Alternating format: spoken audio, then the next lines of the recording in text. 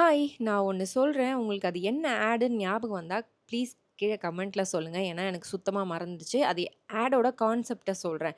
சின்ன வயசுல நானு, சோபி, ராகேஷ் 3 பேரும் உட்காந்து பார்த்த ஆட் அது. அக்காவும், தங்கச்சியும் ட்ரெயின்ல போயிட்டுருப்பாங்க. ரொம்ப வயசான பாட்டி 2 பேர் ட்ரெயின்ல போயிட்டுருப்பாங்க. பேசிக்கிட்டே போவாங்க.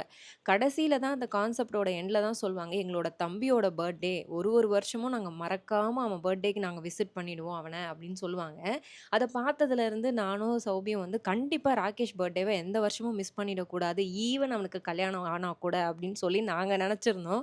அது எப்படி மாறுமோ எங்களுக்கு தெரியாது. ஆனா இன்னை வரைக்கும் அத பண்ணிட்டுருக்கோம். நான் மட்டும் 1 வருஷம் மிஸ் பண்ணிட்டேன். ஏன்னா லாக்டவுன்ல என்னால போவே முடியல. அதனால அந்த 1 வருஷம் இன்னை வரைக்கும் சொல்லி சொல்லி காமிச்சுட்டுருக்கேன். அதே மாதிரி அவன் பர்த்டேக்கு ஒரு கிஃப்ட் நான் பண்ணியிருந்தேன். அது லாங் வீடியோல சொல்றேன்.